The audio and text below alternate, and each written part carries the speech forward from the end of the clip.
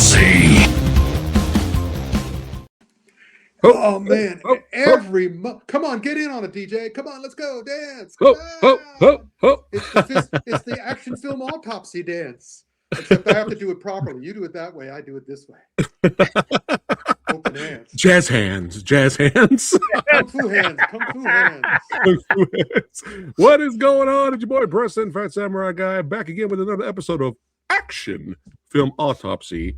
And you know him, you love him. He has returned, the Kung Fu Santa himself, award-winning author, Hall of Famer, that's right. Best-selling author too, buddy. Aha, yes. Ric Meyers, welcome back, Ric. Hey, nice to be back. Awesome to be back. Every single time you do that introduction, I notice something else. And this time I noticed how advanced the choreography has gotten throughout the industry to the point where it explains a lot of things that we're going to be talking about this month too. Yes, that's right. And here he is from the Metal Tavern podcast. If you guys enjoy movies and metal, you have to say it like that. You can't say metal. You metal. A new metal. Welcome back. You guys left me with these two clowns again. Look at that Ghouls of Midnight artwork in the back. I love that. It's awesome. That's awesome. Yes. It's good to see everybody. Got Severio in the house. We got the Nightcrawler dude. Good to see. Tuomas, good to see you, man. Yeah, good to see everybody. And I just noticed this just now that what in the world? We have finally done it. We have done it. All you badass subscribers out there, thank you guys so much. The Movie Dojo Army, our channel members, our patrons. I just checked right now. We just reached 30K, everybody. Yay! We just reached 30K. Yes. So thank you so much for getting us there. And as of right now, at this moment, the channel has reached 30K. An hour from now, it may go back to 29. No. Well, it will. That's how it happens on YouTube. As soon as I leave the screen, it'll go down. It'll go. Yeah. But now that I'm here, 30K. As of this moment, we reached it. So thank you guys so much, and thanks again for all the awesome birthday wishes on social media. That's right. I'm 346 years old now. Yes. So yeah, thank you guys for all that. And here's to 40K. We're gonna keep it rocking and rolling. We're gonna jump right into this. I think, Ric, when we get to Welgo, we'll do Blades, and then when we get to Disney, we could do Daredevil. What do you say? Fair enough. What we're talking about is that we're going to show you some trailers. And in the meantime, trailer reaction live. As much as I like this new background for my own sort of background, it's distracting me now because they're moving all the time. Okay, let's have a still one. Can we put a still one up? Boom. There you go. How's that? Okay. All right. Two guys I've met in the corner and interviewed extensively. Yeah, how cool is that? Yeah. All right. Up first, Ric. What do we got? We're going from the theater. We're starting the theaters. That's right. Yeah. Up first, we have one of my favorite anime characters of all time. I watched the original season 1. I'm probably saying the name wrong, but it's one of my favorite anime movies of all time. Castle of Cagliostro. I think I said it wrong. Yes, you're saying it wrong. But you guys know which one I'm talking about. Yes. It's one of the greatest anime movies I've ever seen. I am a fan of the Lupin, baby. Lupin 3. Yeah. I love me some Lupin. Let me give you some background. Lupin III, and specifically Castle Cagliostro. Thank you. I always get it wrong. Was the main thing that introduced the non-aware to anime in America, because Castle Cagliostro was directed by Miyazaki. It was his big introduction to the mass audience. And so many people say that it is the best Lupin 3 movie. It is the most stylish. It is the most anime because Miyazaki. But what we have here, the new Lupin movie is called Immortal Bloodline. Do we have the poster? Yeah. Boom. Well, sort of boom. There you go. There it is. Yes. Now you'll notice this doesn't look at all like Castle Cagliostro. This looks like the Lupin 3 manga, which was done by a guy who called himself, and the rest of the world soon called him, Monkey Punch. And so they sort of went, Castle Cagliostro is not really a Monkey Punch Lupin movie, it's a Miyazaki movie. So what we have here is that all these other movies over the years adhere to the style of the manga. That's Right, that right. very caricature and the monkey punch look. Yeah. And this one is a great movie for anybody who knows Lupin 3 or doesn't know Lupin 3. This is a great movie to see because this is supposedly the last one. Oh, The director of most of the Lupin 3 movies, who was not Miyazaki, okay. he's done all these other movies. This, if it's not the last Lupin movie, it's the last movie by this guy who's done like at least a half a dozen.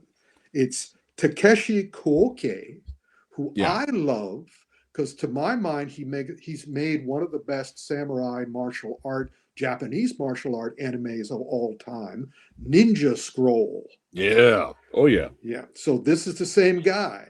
And so here he's wrapping up his storyline for Lupin. This is his last Lupin. And so basically it starts with all sorts of allusions to the previous Lupin story. It brings you up to date and then plays it off. And they worked the final chapter in the Lupin universe of Kooke. And it's a hand-drawn homage. It's another Nice. great thing to see because it's not done by computers. It's done by people with pens, maybe on computers, but they're still doing it. And Yeah. as such, it's fascinating. If you've seen all the other Lupin stuff, see it for sure. If you haven't seen all the Lupin stuff, see it for sure. Nice. Yeah, Yes, the last one I saw, the movie I saw was Goemon's Blood Spray, which was great. And that came out in 2017. So yeah, I got to check this one out. Nice. Yep, absolutely. Nice. All right. Now, it's your favorite actor. Listen, Yeah. January is owned by these guys. Right. I realize at least 3 major stars of a major movie we're going to be talking about are in this team. And in the case of 2 of them, they're directed by the same guy. What seemed to happen is that this other guy saw what my favorite actor, who you're alluded to, who he was working with fairly steadily, his directing partner, and suddenly his directing partner is working on the other guy's movie of this month. And I'm sort of saying, yeah, because these guys are getting smart, because they can't get any respect from major mainstream studio directors. So they're creating their own little independent exploitation world. And as such, you're guaranteed of a good time. Guaranteed of a good time, people. It's not, is it going to be an A movie? Unlikely, but it will be nothing less than a B. Nothing less than a B. And each of the actors, and this is how I watch each of these movies. When I see the star, I always go, go ahead, show them, tell them. All right. It's the butt has returned. Return of the butt. The butt and the lure, yes. And the Baccarin, she's showing up in a lot of this stuff now. She's really solid. I don't know who that kid is, and also he's got a pimple coming off of his forehead like you wouldn't believe. Look at that thing. But be that as it may, now look, why do we need a sequel to Greenland? Mm-hmm. Greenland seemed to be its own little disaster movie. It worked quite well. But basically, the director, do you know who the director is? He spells his first name the way I do. It's Ric Wah. No K Wah, who's done several of the past Gerald Butler. They seem to have found a nice partnership. And again, neither of them do a bad job. Hey, guys. Hey, Brian. In any case, so I was not expecting. Actually, I wasn't not expecting. I'm pretending I wasn't expecting anything. But seeing that it was Rick and seeing that it was Gerald, I'm saying, surprise me, boys. And they didn't surprise me. They made this as good as they could.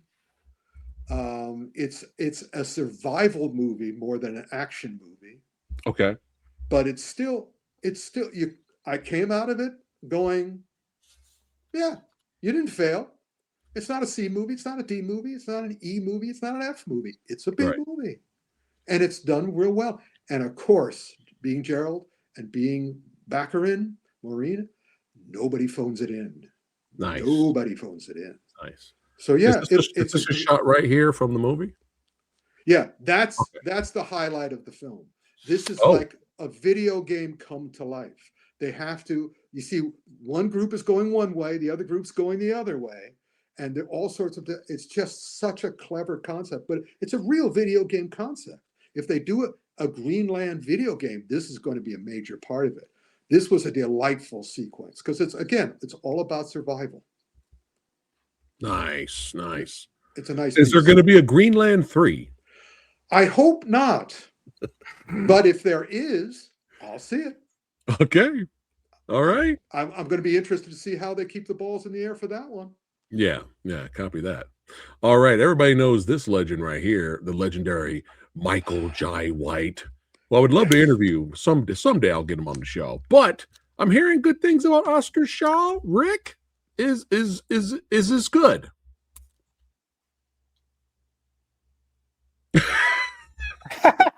Well, that went quite real quick. Yeah. All right. We're going to the next movie. No. Michael's great. Michael's been a guest at the Kung Fu Extravaganza many times. Michael has promoted this. He's got his name above the title. I'm in the same sort of situation as I was with Cynthia Rothrock's movie. Okay, I got you. There's nothing, see it. He's good, but there's issues. He's great, and the movie. Okay. It's an independent movie. Again, that shot is representative. See the lighting? Yeah. It's like, okay, he's in focus. The gun's out of focus. Okay. Yeah. If you like him, see it. I know that he came out with 2 films last year, and you covered both of those. Yeah. And again, you liked him. Yeah. And you like the fights, but the movies, there was issues with the movies. Is this kind of the same thing, or? Pretty much. Okay. Pretty much. It's just that I may have been in a mood because there's been a lot in this episode that I've been surprised by. I was not surprised by Oscar Shaw. Okay. Even it's more of a crime thriller, not really a martial arts movie. No, it's not. It's an action movie. I mean, remember, we're action film autopsy. We're not martial arts film autopsy. So it is an action movie, and that poster says it all. It's better than some of the posters we'll be seeing here. Okay. But yeah, if you like him, try it out. Okay. It's not an A movie. Right. All right. Copy that. Well, this next one. And speaking of not being an A movie. Well, I saw the trailer and I was like, well, this looks like an intense thriller. Is Relentless intense? It's not in a tent. It's outside for the most part. But does that poster remind you of anything? Looks like it's a movie. It's a movie. Well, it's close. That's good. But also, it's a movie I think we reviewed either last month or the month before, which is Sisu. Oh, yeah. I see what you're saying. Yeah, this is an independent made, and it's clearly the poster says it all. I mean, the hammer, the gun, and the barbed wire, and that face.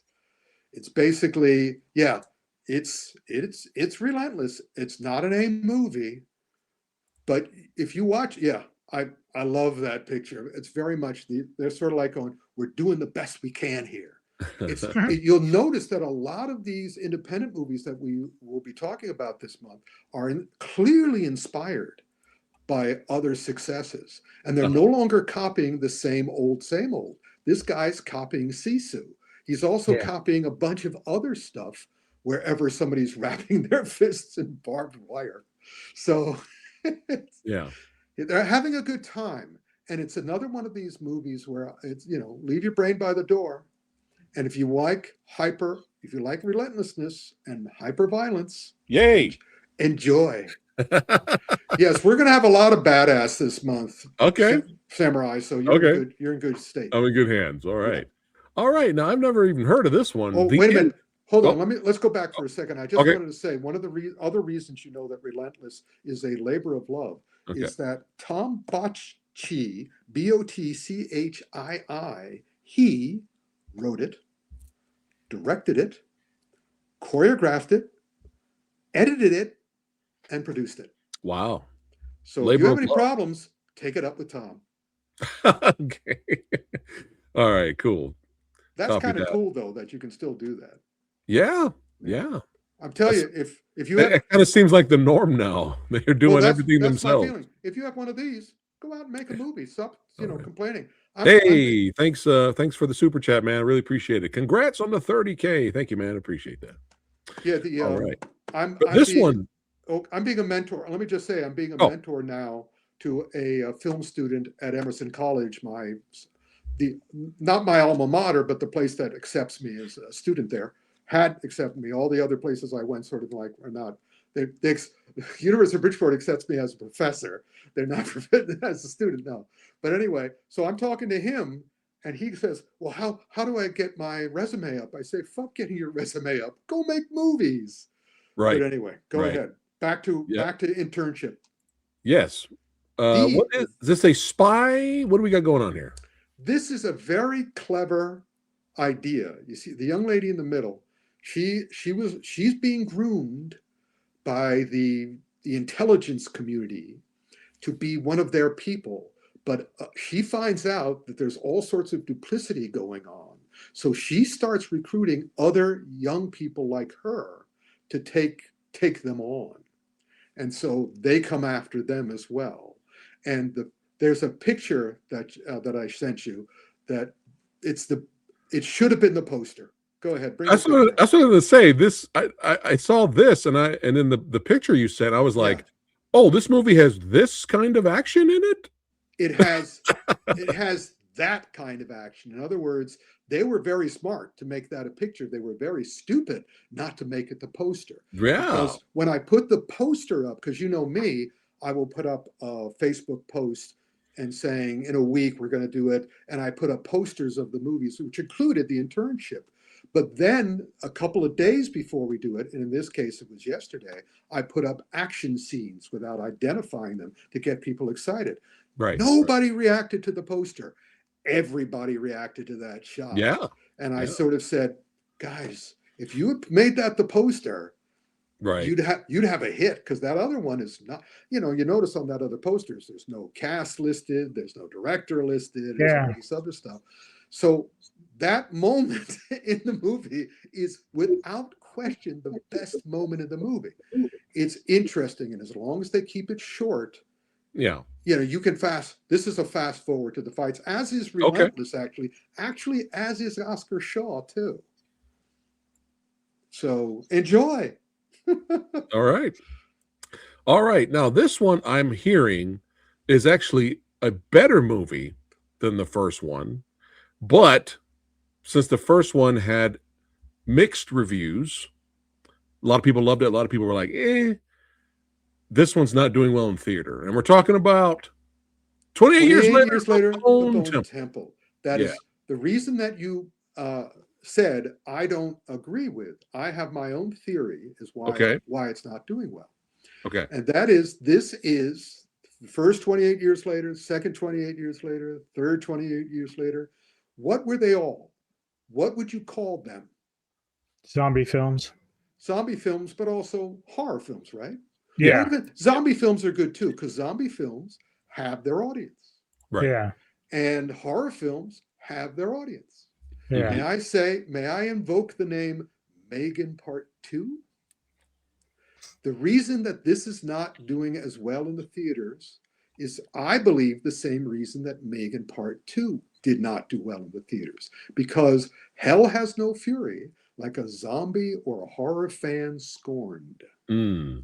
When they go in, they want to see what they want to see. They don't want you to. This happened with Nightmare on Elm Street 3, Dream Warriors. They're like, don't improve these things. We don't go in to see better movies. We go in to see zombie or horror movies. Who said that? Huh? Dream Warriors is amazing. Who said that?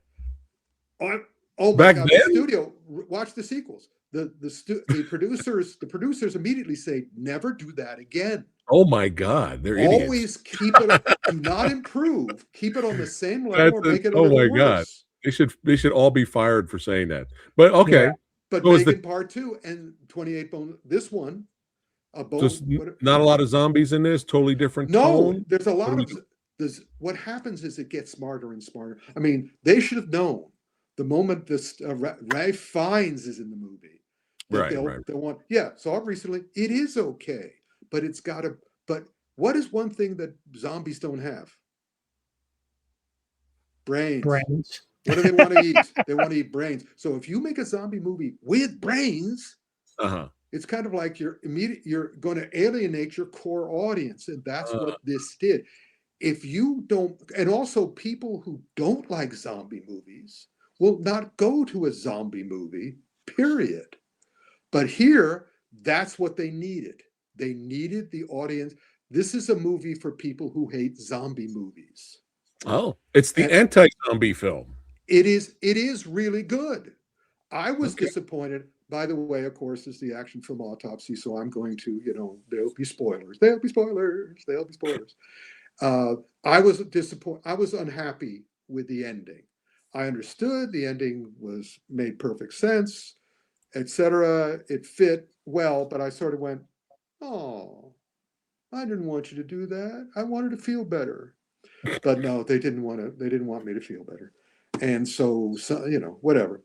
But if you don't like zombie movies or like classic, traditional no brains zombie movies, this is worthwhile. So, it's smart and it gets smarter. Right. Emily just posted. Did they try to make it kind of artsy or pretentious? Is that what happened here? Not really, but it is more artistic, certainly. It's not really pretentious. They're trying to address it intelligently. And and also again, Ralph Fiennes. He's playing a scientist. And he does a wonderful performance. Everybody does a wonderful job. He finds a zombie at the beginning where he realizes he's different. It's like the zombies are getting smarter. Things are happening.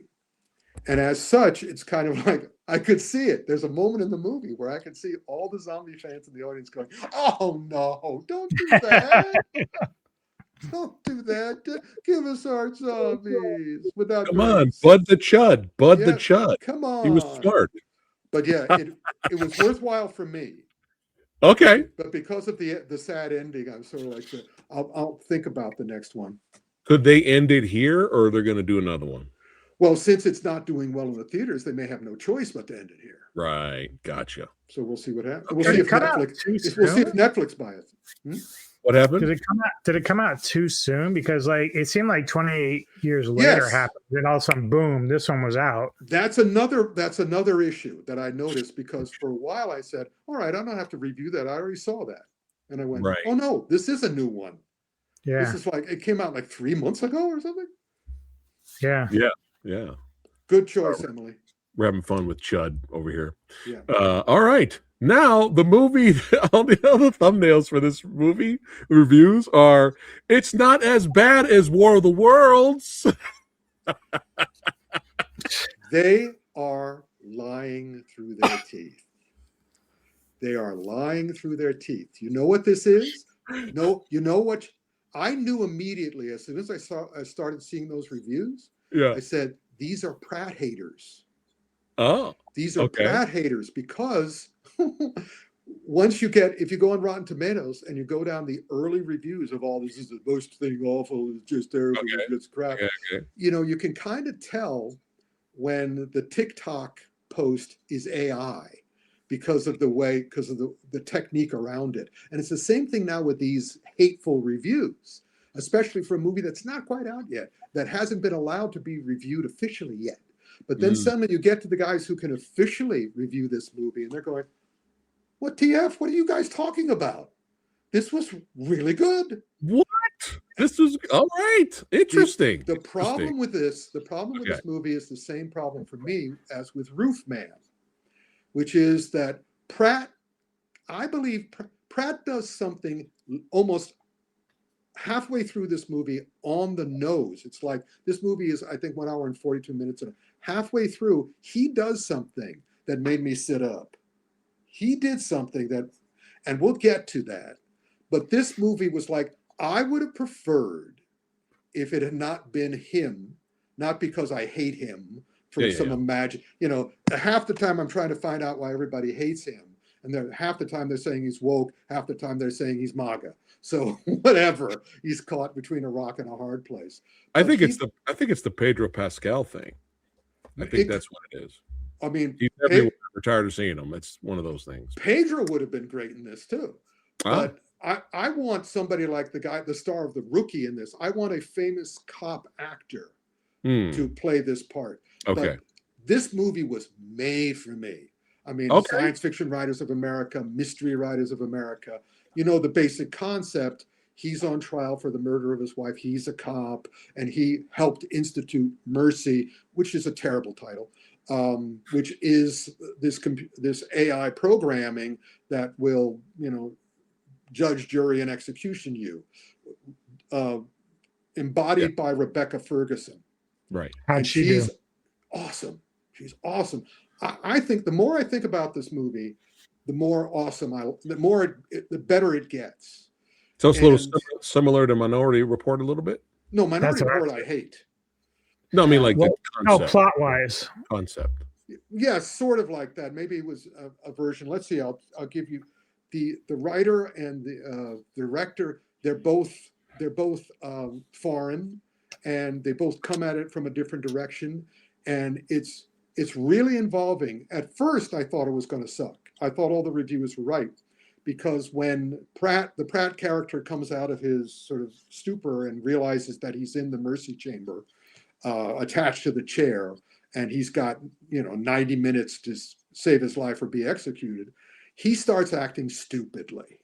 I shouldn't be here. No, there's no way. You're making a mistake. And it's like, buddy, you helped institute this. You should not be being this stupid. But then she's cool. She's the best movie computer I've seen since HAL, except she does something that HAL doesn't do, which also addresses the elephant in the room, which is she starts to change. She starts to learn things. And when I mentioned that the middle moment, it just, Pratt does something. I loved him for the rest of the movie, because in the middle of it, he realizes that he is acting like an asshole. He realizes it, and he makes a noise. I want that noise on as my ringtone. I want that noise as an alert on the phone. See the movie just for that noise. I'm going to try to recreate it. Of course, he's locked to the chair by ankles and by wrists and by throat or whatever.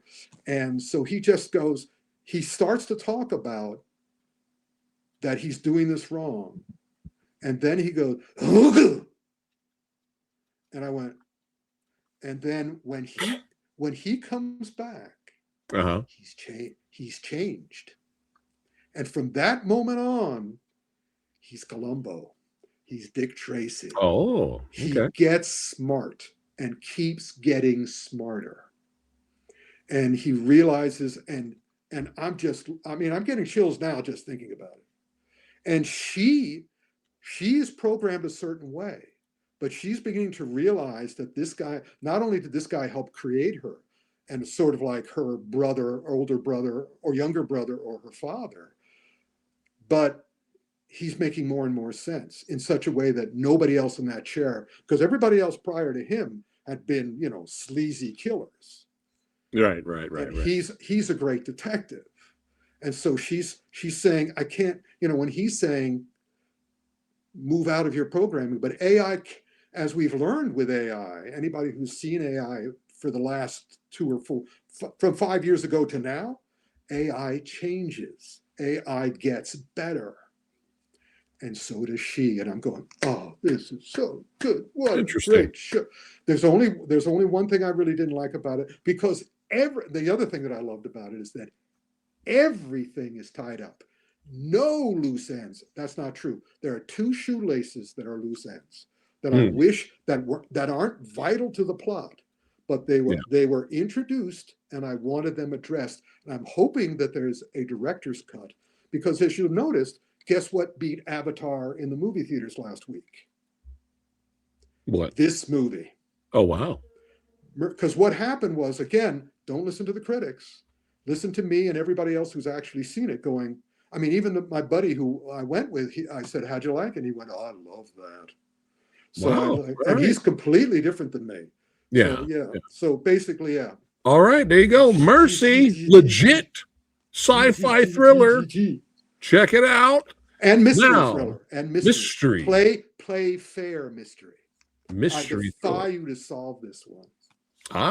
Challenge. Very smart. Challenge. Okay. All right. Next up, Anubis's and Rick's favorite of all time. We got Joyce and Statham. He's talking about shelter here. That's right. Let me tell you something.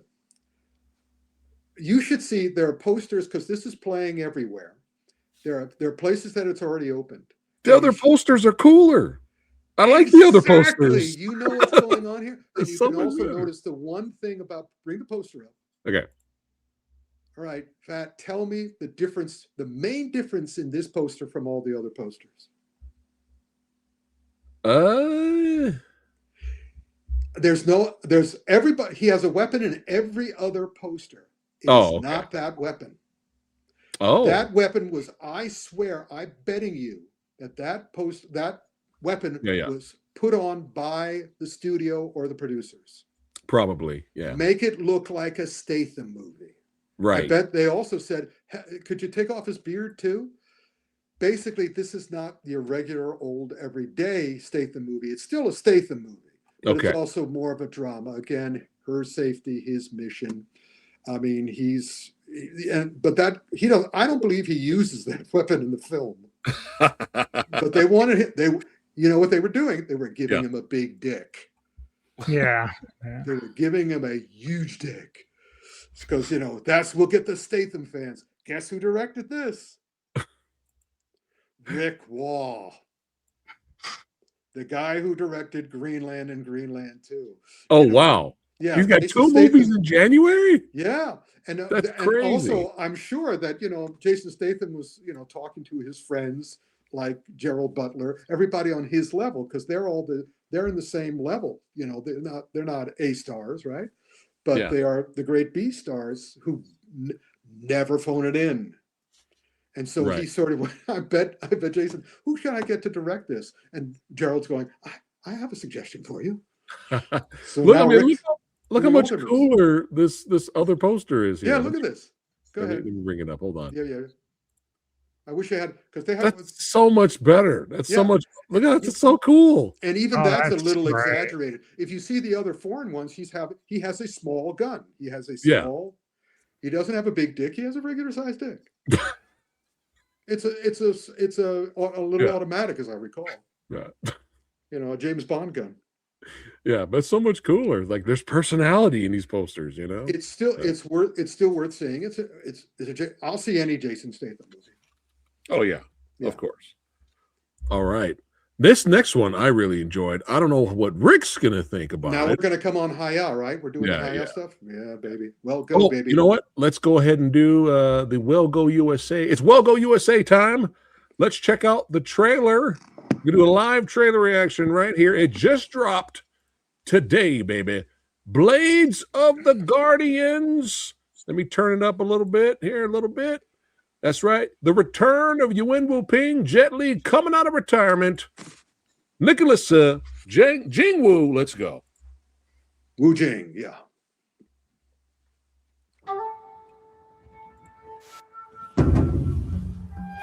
Yay.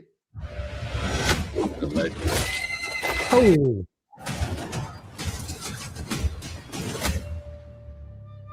Wu Jing, yay. Returns to the genre. Jet Li. And all these other great old actors.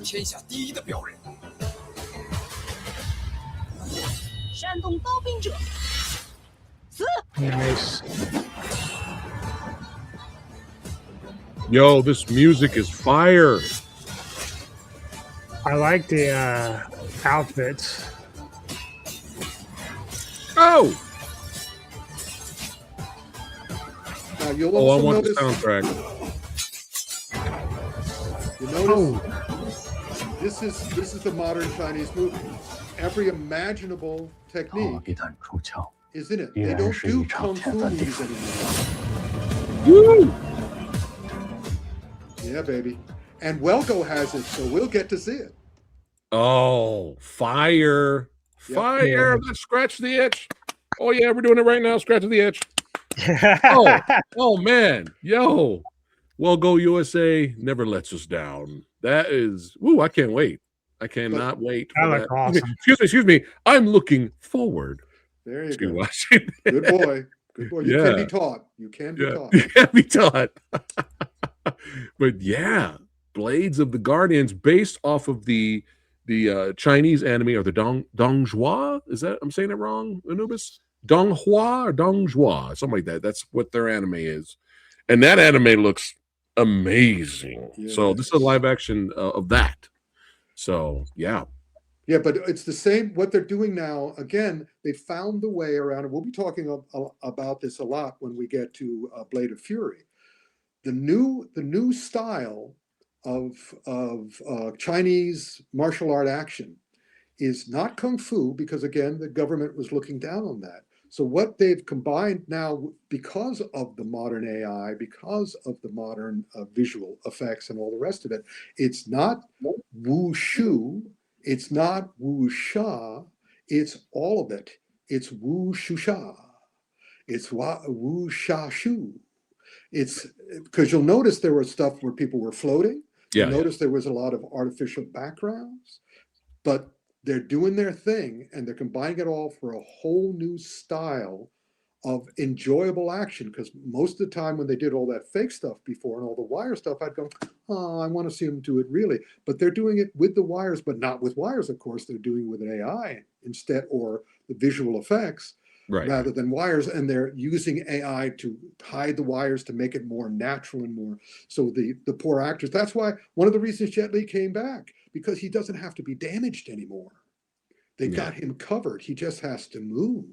Right, but you could still see moments in the trailer where they're doing FICO art. Well, of course, but they're not doing it in such a way that they're going to fall off something or they're going to break something. Right, because they have all this protection. Right. So that's awesome. So let us move on. We have a guest star here. Who's that? Oh, baby. Neko. Oh. You see anybody? I'm taking over the show, God damn it. And well, she should. All right. You know who she is? That's Neko? That's little Neko there. Yep. That's little Neko. No, that's not little Neko. That's Revolver Neko. Yeah, I like that. She's introducing. That's right. You know, 6 claws, 1 mission. Good job, Neko. Good job. 6 whiskers, 1 mission. I love this movie. I really enjoyed it a lot. But everything is perfect about this movie. The acting, set design, cinematography, the score, the haunting score, the action, everything is perfect. I would give this 2 thumbs up. If I have to be nitpicky, you could shave off 30 minutes. You could shave off 20 minutes. You could. Yeah. But what's great about this movie is you don't have to. Right. You don't. I was not bored. Yeah. So it's not like I was bored. Right. But this was great, man. Oh man. And this was just it's not a nonstop action thrill ride type of movie. There's only really 3 major action shootouts. Mm-hmm. Is that on HIYAH yet? Man, they're good. I don't think it's on HIYAH yet, but it will be soon. Yeah. No, HIYAH's doing some really weird stuff, which we'll get to in a moment. Yeah. I love this movie. 2 thumbs up for me for I did too. And that's the point. I don't mind when it's too long. I mind when the extra 30 minutes is not necessary. And in this movie, all of it is watchable. All of it is engrossing. All of it is interesting. So good. So good. Yeah. It's 2 hours and 19 minutes, and I wouldn't have them cut anything. It came from 2023. It's Asao Yukisada, and even though it has an ending that seems to be a little long, I didn't mind because I wanted it to go. So there you go. Right. Yeah. But yeah, great stuff. Definitely check it out, guys, when you get a chance. Revolver Lily is really, really, really good. It is. All right. Blade of Fury. Now, Nubis, you saw this one too. Yes, I did. This looked awesome. How is it? Yeah, I loved it. I loved it. I thought it was good. It was. This is where I coined, when I watched this twice. This is where I coined the concept of the wushu shaw, because this movie has 2 action directors and 2 choreographers, 4 altogether for the action. And when you see it, you'll understand why. It is, let's see, it's Kin Peng Fei, who also directed Fight Against Evil 1 and 2. He started as a stuntman in Chinese cinema. He was a stuntman in Red Cliff 1 and 2. So he loves his wushu sha. He loves his wuxia shu. And he does it. This movie is, the action sequences in this movie are so good. That's why I had to watch them twice, because I tell you, anybody who wants to choreograph and especially film action scenes, study this movie. Nice. Study this movie. It's the way they use the camera, the ways they use the editing, the way they use the action is just like this guy. Kin Peng Fei, I'm going to be watching everything he does, because he knows, not only does he know martial arts and wuxia and wushu, he knows how to film it to make it increase. He like the guy who made the Zumi, I think the female ninja, the Kunoichi movie. He uses he uses the camera as a weapon. Nice, I like that. That was the quote that he said, because his star had never had any training in martial arts. They said, "How are you going to make her look good?" He says, "I use my camera as a weapon." Oh, right, Azumi, yeah. And here in Blade and Fury, it's the same thing. And also the other thing that's happening is that this movie and the next one we're going to be talking, not the next one, but the one we're going to talk about soon, the one that surprised me, the one that Hi-Yah and did not even give me warning for. I was going to go back and watch more from Blade and Fury last night, and suddenly they had a brand new movie there, which we'll talk to in a little bit. I'm going, where did that come from? And again, it too, the story is drenched in pain and agony and sadism and viciousness and tragedy and horror. But I tell you, amazing, amazing fight scenes, because the hero in this one, he's an anti-hero, the leading character. He's a bounty hunter. And it's not a hitman, which was also a relief from me, but he had to fight against every other bounty hunter in the country. That's awesome, though. That's pretty cool. Yeah, and they're all sadistic monsters. Now, that's a poster. Yeah. That's a poster. That makes me want to see the movie. This movie does, that poster and this movie does not lie. Acting is great. Action is great. The story, I'm going to, there are things about the story that I was sort of like, I wish they had done that a little differently, but for the most part, no. I'll probably see it a third time. Right. Anyway. Well, thanks, Kevin. He's saying congrats for the 30K. Appreciate it, brother. We have a question here from Lizard King, Rick. Yeah. Is this in the same universe as Eye for an Eye? Well, since you said it, originally I was not going to spoil it, but the last shot of this movie thrilled the crap out of me. To answer your question, yes, it is. Oh, yes. Yes, it is. Oh, I'm excited. Because I'm excited. Our guy kills everybody else, gets away. And I figured that was great. He'd go off and live peacefully in life. Yeah. And the last shot is that we saw a horse somebody's riding really, really close. And he's passing a tavern. And there's a person sitting at the table on the outside. And he throws him a scroll. And the guy just goes boom, without moving his head, without looking. And I went, And then he goes down, he opens it up. It's another bounty hunter thing for our hero, saying, go get this guy. Yeah, And yeah. this guy has the long hat, and he raises his head, Yes. and but then behind him, on the scroll, it's Zimai, and they have the name of the character, and that's the end of the movie. Oh, So it's yes. gonna have a sequel where the blind swordsman goes after the. Oh bounty man! hunter. All That's gonna be right, great. woo! Yeah. We could stop the episode right now. I'm good. I was tempted to leave it to last. I have to admit. That's all good. That's all good. Yeah, definitely. All watch right. it. Sweet. But don't definitely watch the next one. Don't watch the next one. Not necessarily. You'll still have a very, very good time. Right. But but do whatever you do, yeah, and they should, and you should. We did already. But don't see this in a double feature with New Dragon Gate Inn. Don't see Blade of Fury with a double feature with that. Yeah. There's not even a picture. This is the only thing I could find from illustration. And this is a good example of the movie. It's another one of these, because here's the difference. Blade of Fury Blade of Fury also originally showed up on HIYAH. And this showed up on HIYAH, the Chinese streaming service. Right. And the first, and of course, HIYAH gives them all the freedom. And so some people take that freedom and make Blade of Fury. And some people take that freedom and make New Dragon Gate Inn, Heroes Awakening. You already know that it's an amateur because the title goes on and on and on and on and on. What are we going to call it? Well, let's call it Dragon Gate Inn. Let's call it New Dragon. Let's call it Hero. And the movie is like that too. They're playing in the sandbox. It's clearly not. Originally, it's a Dragon Gate Inn, but the inn is on a boat. The inn is on a boat. And they say, well, that's different. Yeah. The dragons are all CGI, and obviously so.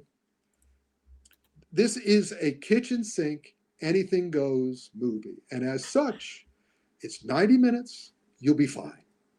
Okay. If after you see Blade of Fury and Revolver Lily, you're exhausted, then you can see Dragon Gate Inn. It'll cheer you up. Okay. But then you could also see a great double feature, real yin-yang, same plot, real yin-yang though, is To Live Through Death. Sold already because of who's on the poster here. Already sold. Two legends going head to head. I'm there. I don't even need to know what the movie's about. Lewis, yeah. Lewis fan versus Andy on. Yep. Take my money. And you should. Yeah. I would recommend that you see that first and then Blade of Fury. Okay. Because the ending of this also, the ending of To Live Through Death also made me sad. And also, you will love To Live Through Death. Yes, take their money because Blade of Fury is smart ass and wise ass. Okay. Guess what To Live Through Death is?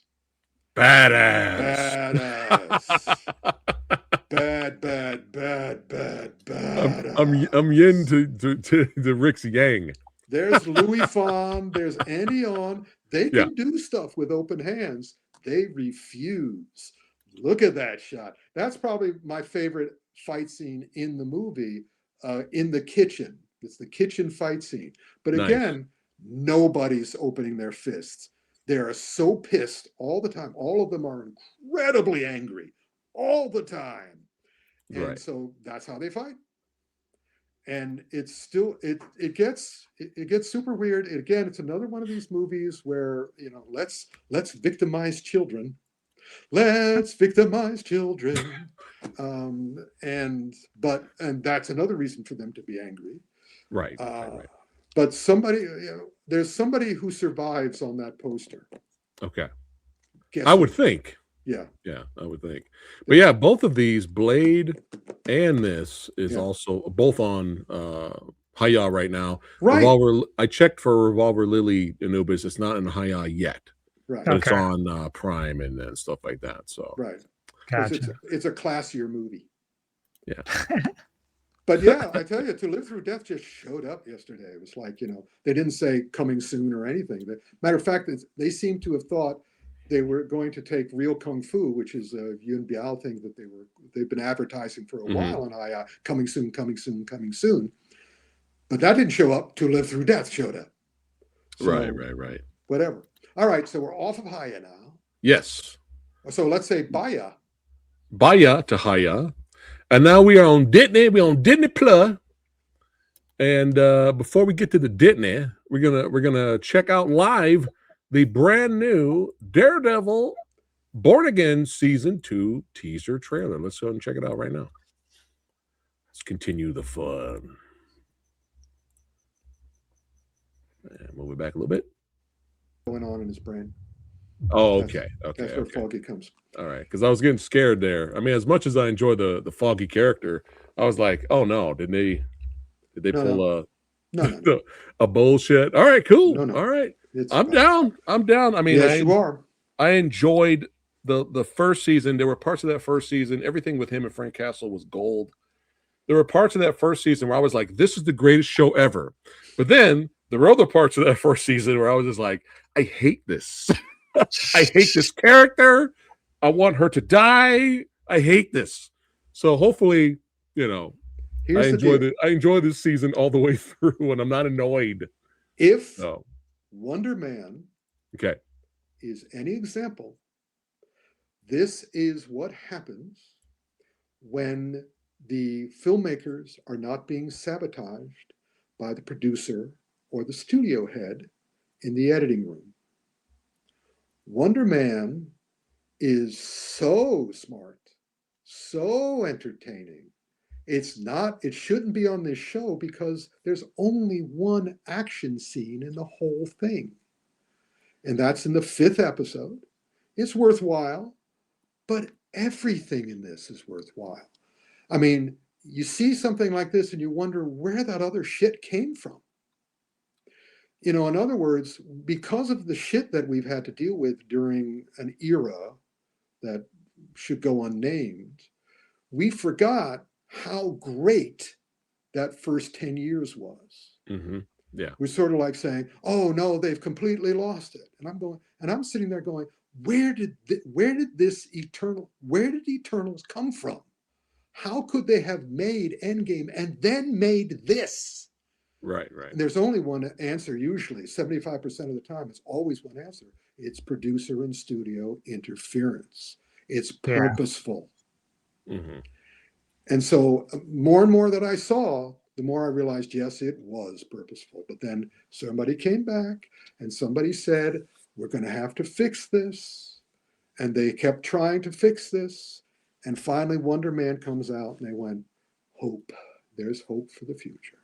I saw the trailer and I was like, this looks really interesting. Because I know the character is like, he's an actor. He wants to be an actor. But then he ends up becoming a superhero later. Is that how? No, that's not. In other words, okay. Yes, you said you found it interesting. The trailer. Great thing about it, yes, the trailer may be interesting. The great thing about the series is that it's entertaining. All right. Every single moment is entertaining. That's the only action scene I could have seen. Otherwise, I just would have had people standing there.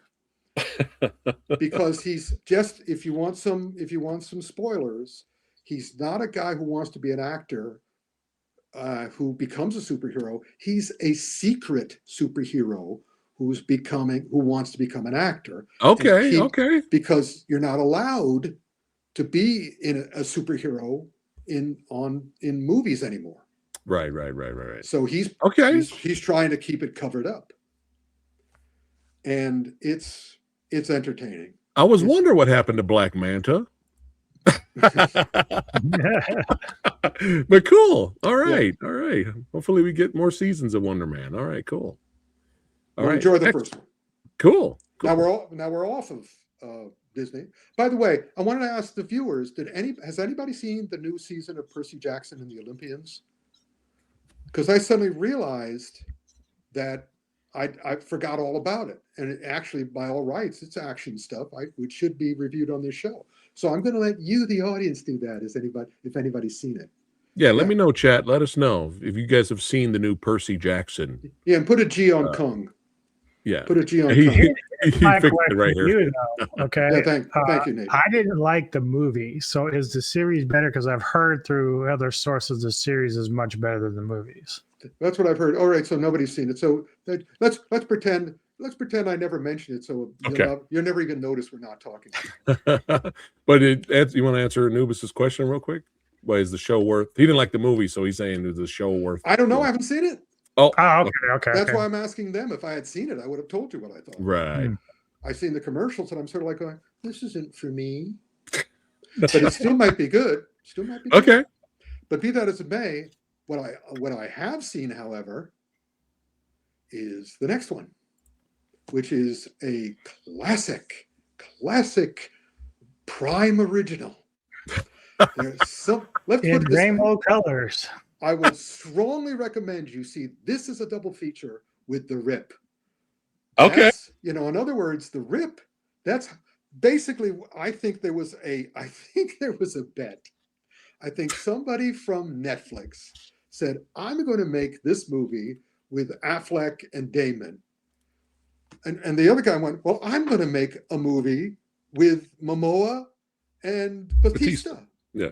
Well, let's do it together and have it come out at the same time. And this way, and you make it as Netflix as you can, and I'll make it as Amazon Prime as I can. And that's exactly what happens.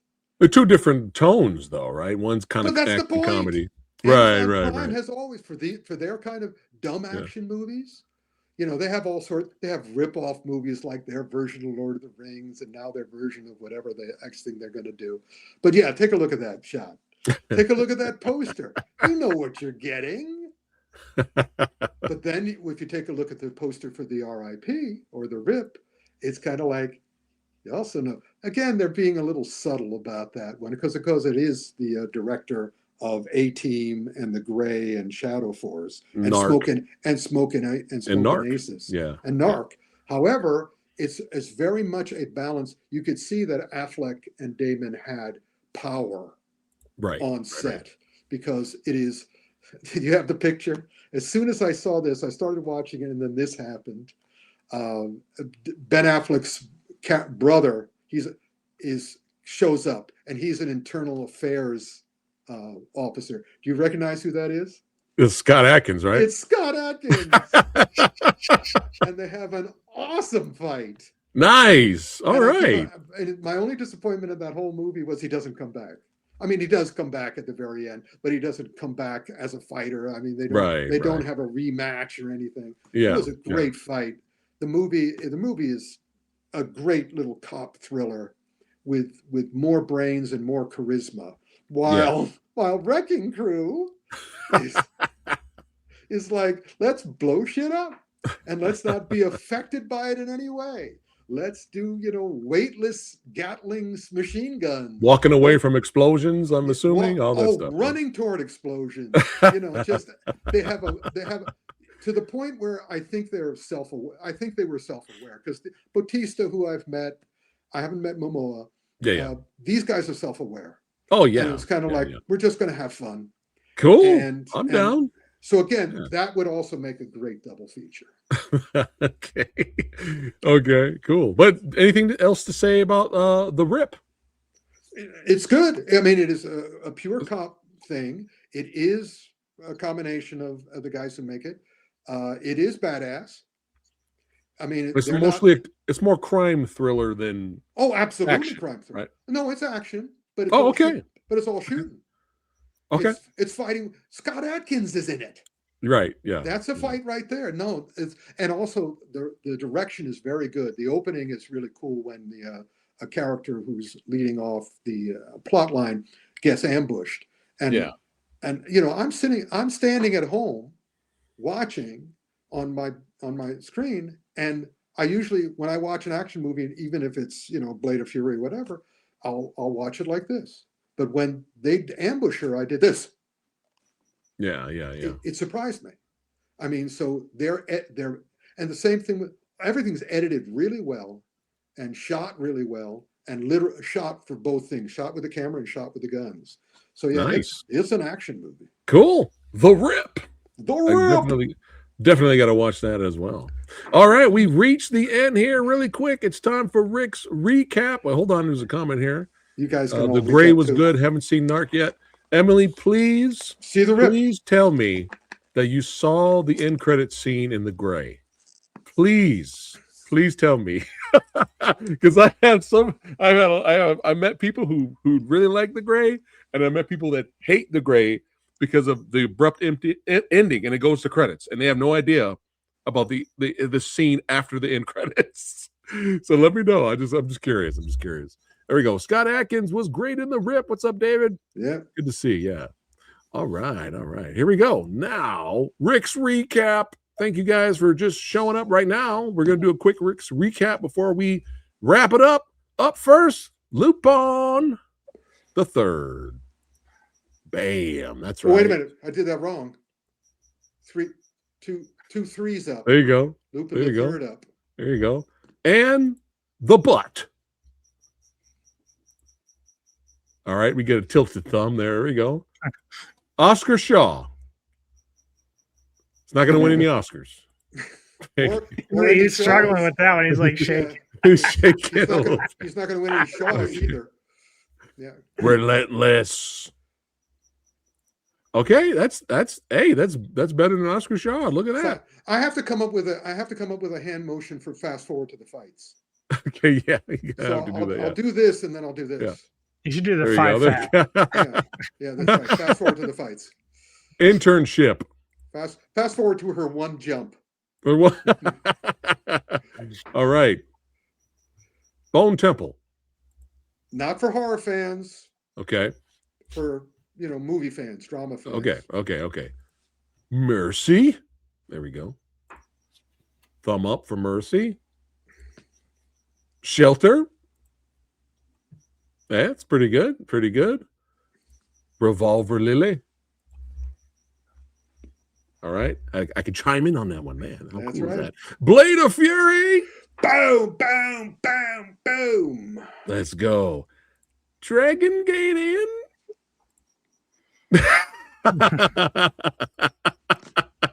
What was this one again? To Live Through Death, or what was it? To live through death.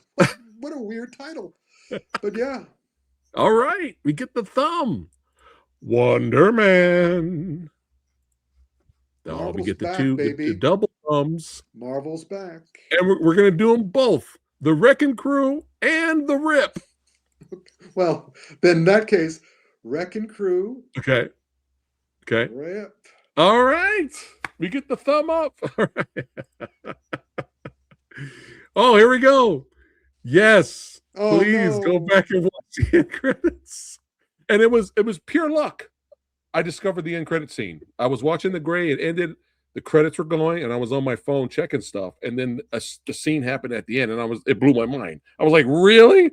So yeah, check that out. I always have to tell people when they watch The Gray.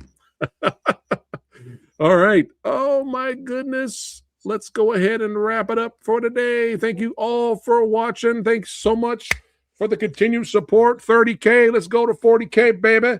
Oh, yeah. Big shout out to all our channel members and patrons. And y'all know what you need to do. Click on the links below.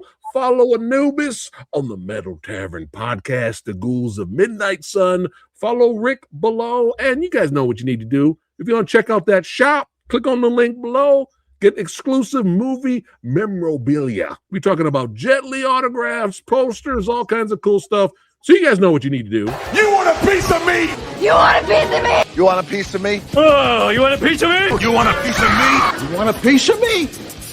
You got it! Get a piece of Rick. Yeah, baby. Oh, and also in 2 hours from now at 6 p.m. Pacific time, my Masters of the Universe teaser trailer reaction video is going to be going live in 2 hours. So if you want to see the hilariosity and the fun, check it out. 6 o'clock. See you guys there. Take care, guys. Mwah.